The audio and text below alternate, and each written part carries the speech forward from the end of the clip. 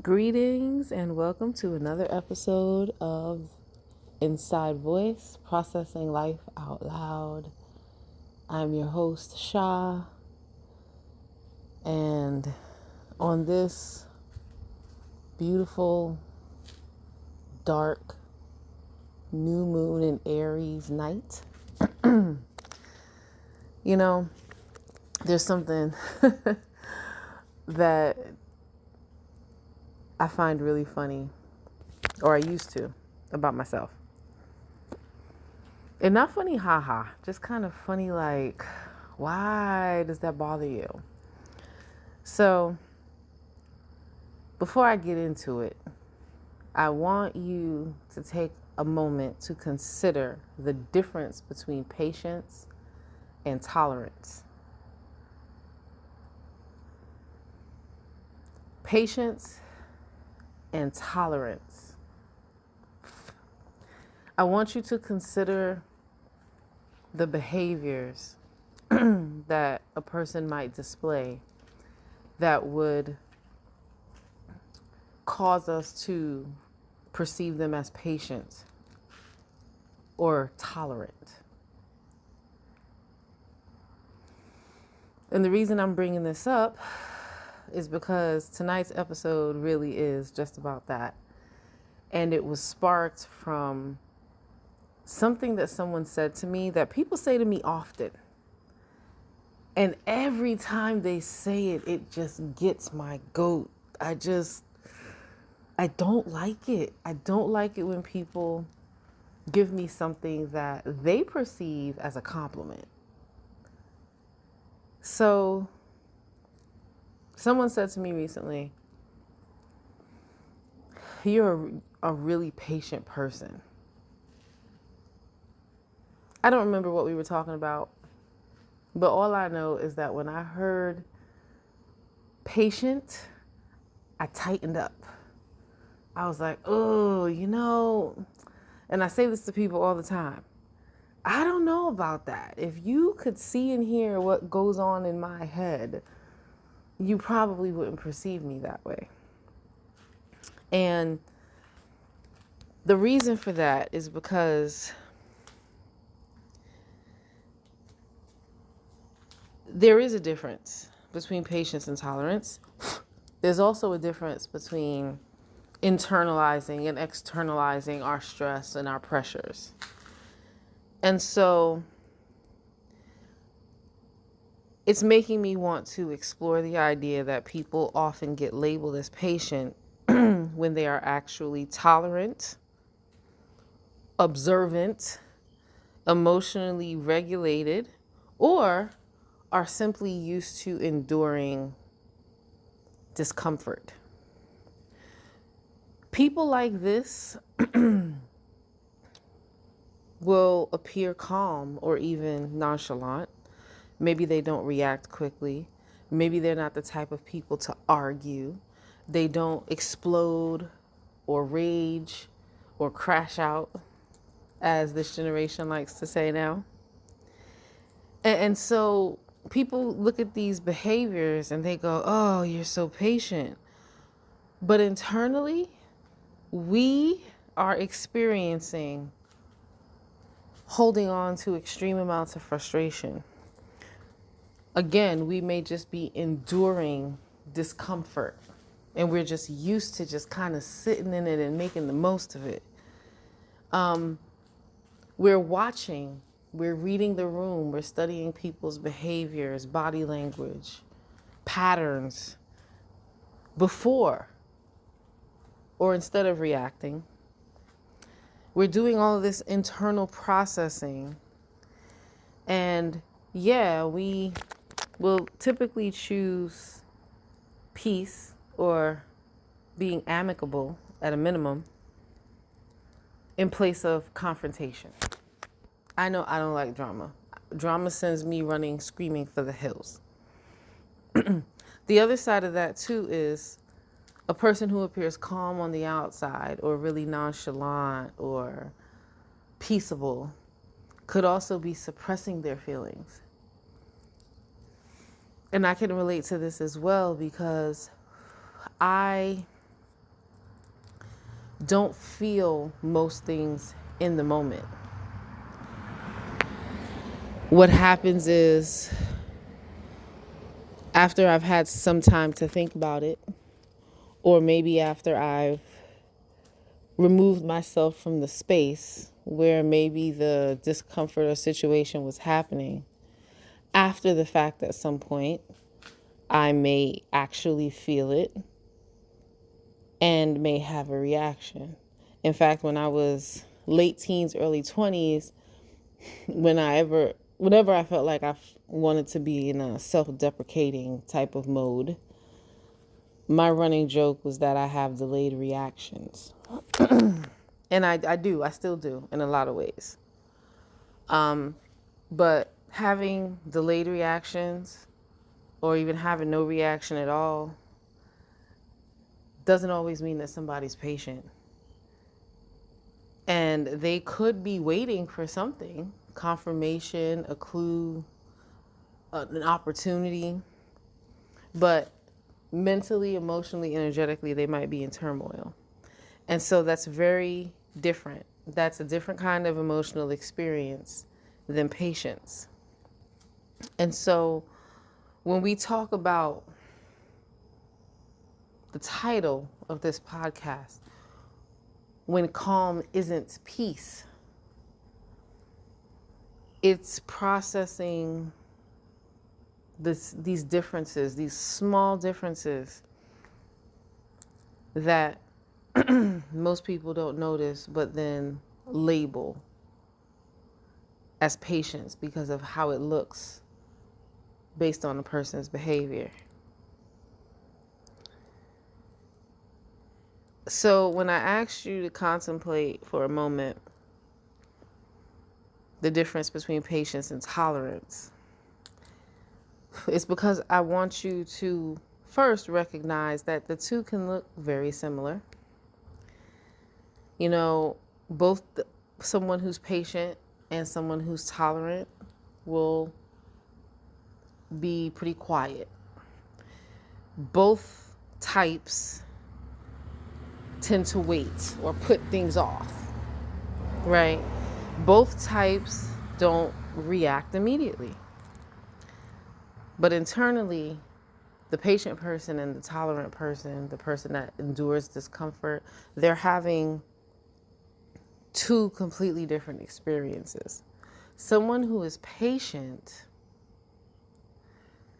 has also been able to maintain some level of peace in the face of whatever it is they're waiting out, observing, experiencing. They're still at peace. They don't have a whole lot of inner dialogue or turmoil or intrusive thoughts. The patient person really is just that. They're just patient. Whatever's happening, I mean, while it might be important, it might be that big of a deal, not getting worked up about it. It is what it is. But the person who is simply tolerating or who has endured for an extended amount of time, the person who has overstayed, the person who has overcompensated, that person does not have peace. That person can have a lot of things going on at one time because they internalize everything. See, the patient person is unbothered, if not 100%, damn near. Okay? The tolerant person, the person who is biding their time, but they're agonizing the whole time. That person can have anxiety, be struggling with internalized depression, just all kinds of things that they're not talking about, they're not showing, they're not sharing. And we need to be mindful of that within ourselves. And, even with how we perceive other people. So the quote that I want to leave you with tonight, and I will repeat it again at the closing, is calm does not always mean peace. Sometimes it means that I've or you've learned how to endure quietly. You've learned how to just take it without making a scene out of it. And so my question would be, is that even healthy? I don't think so. Right? And it leaves a lot of room for us to contemplate and journalize, right? So as you're sitting with this episode, and this one is going to be pretty brief compared to the others. So as you sit with this episode and what I've said so far, I want you to also factor in and be willing to gently ask yourself a few things. First one is, when am I quiet? Or am I at peace, or am I enduring? When I am waiting, and then finish the blank. When I am not reacting, and fill in the blank. What does it mean when you actually do these things? What does it mean when you are just quiet? I know what it means when I'm quiet. And it's not a good thing. Okay? What does it look like and feel like inside of you when you're waiting? What do these things mean on the inside? Or when you're not reacting to something that you probably should be, or that the average person would. What do these calm, patient, peaceful behaviors actually mean for you? For me, when I get quiet, my stress levels are through the roof.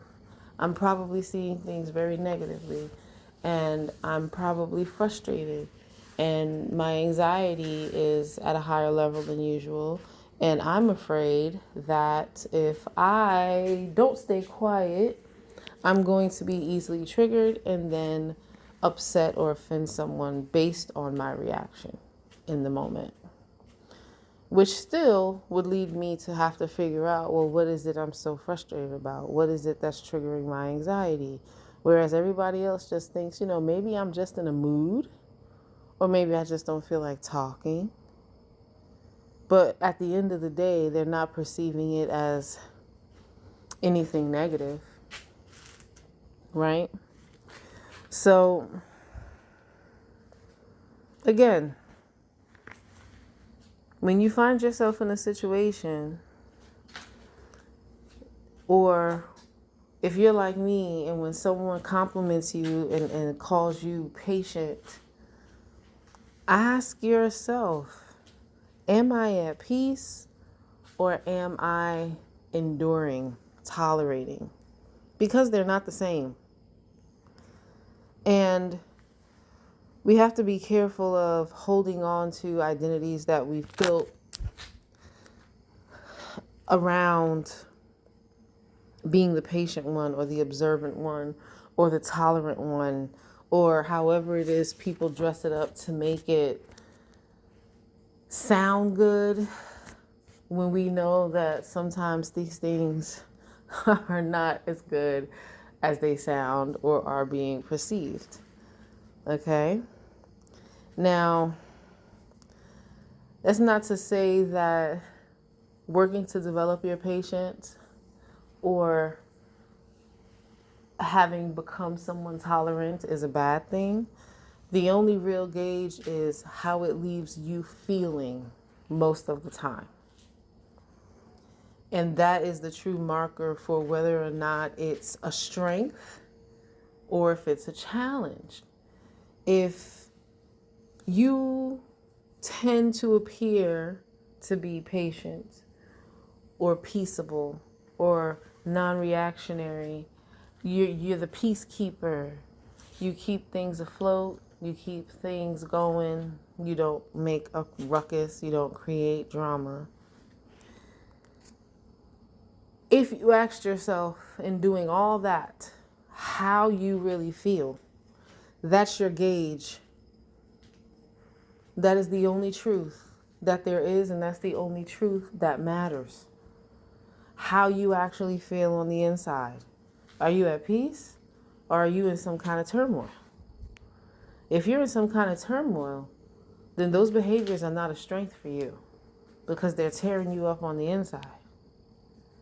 But if you're displaying these kinds of characteristics and you really are at peace and you are at one with yourself and with the world around you, regardless of the challenges and the ups and downs, then it is a strength. But again, the only real great gauge and the only truth we can rely on is how we feel on the inside when we are behaving in this way. So, for your journaling prompts, okay, I want you to give this quite a bit of thought. And remember that journaling is not always writing words. It could be doodling. It could be creating a new musical experience if you're someone who's into music. Journaling could be leaving yourself a voice note.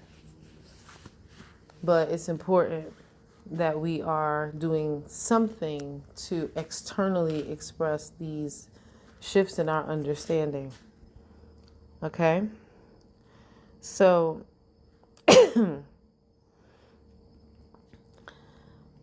for your journaling prompts, all right, you're going to ask yourself these questions. And I want you to be honest with yourself, because just because other people get it wrong all the time doesn't mean that you want to keep being locked into that level of functionality, especially if it's not good for you.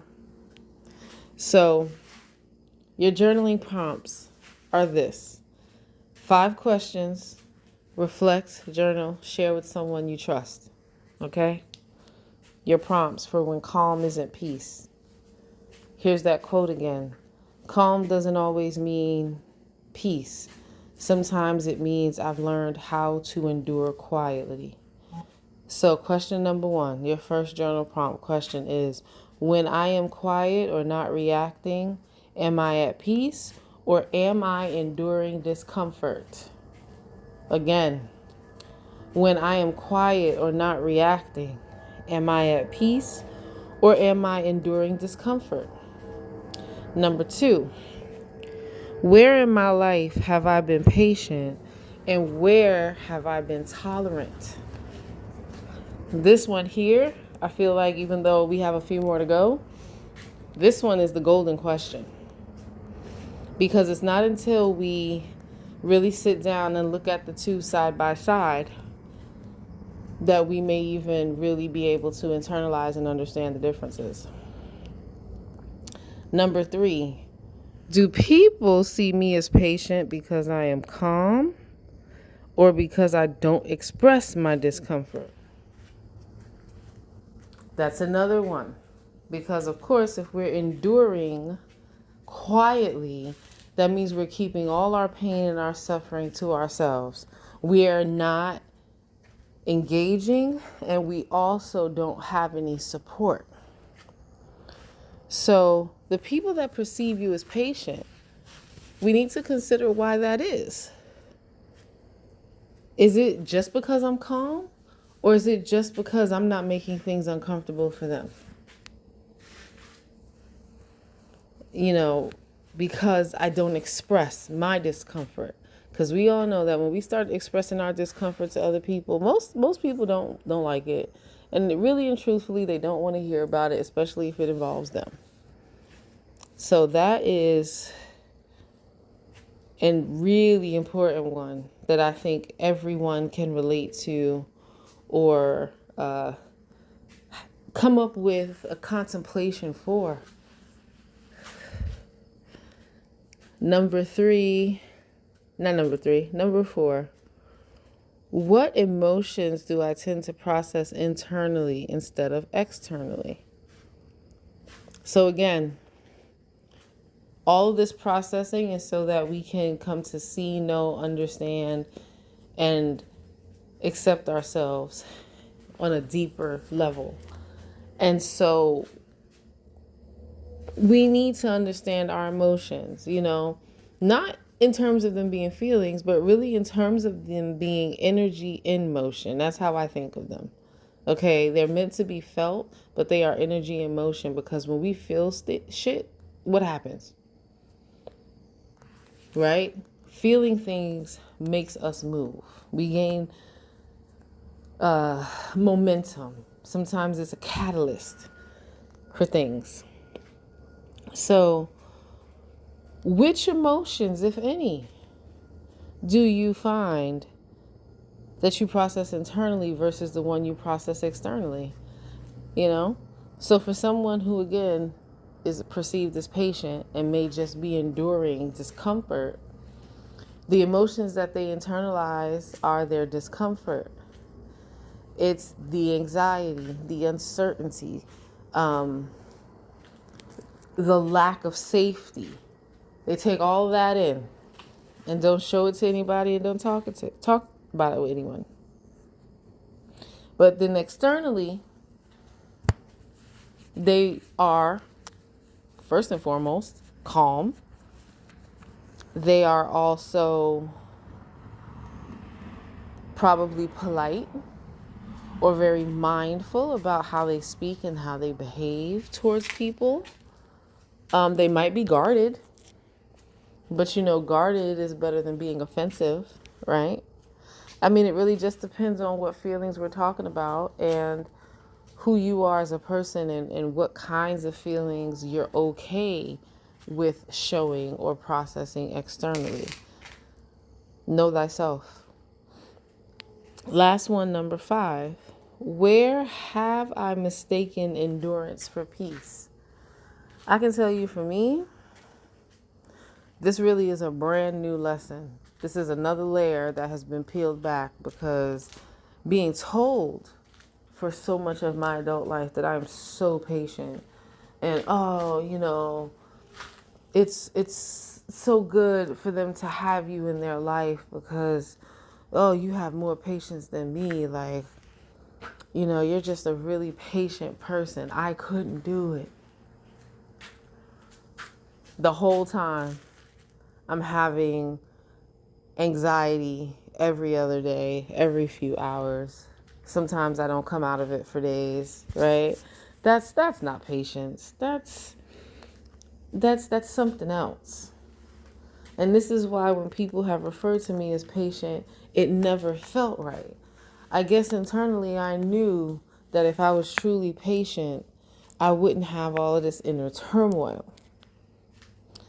So, where have you mistaken endurance for peace? Because we can't change things without awareness. And so we have to become aware of these things before we can replace them. So I said it was going to be brief, but I guess I lied. But while we've got this new moon, fiery energy working on our behalf right now. Definitely, if you resonated with any of this, definitely do some reflecting and identify whether or not you actually are a patient person, or if you have just grown accustomed to tolerating more than your share of discomfort or imbalances or inconveniences.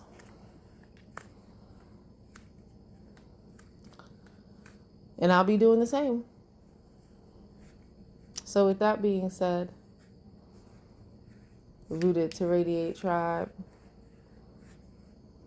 I'm going to go ahead and close out this podcast. And I will be back here on the full moon to talk about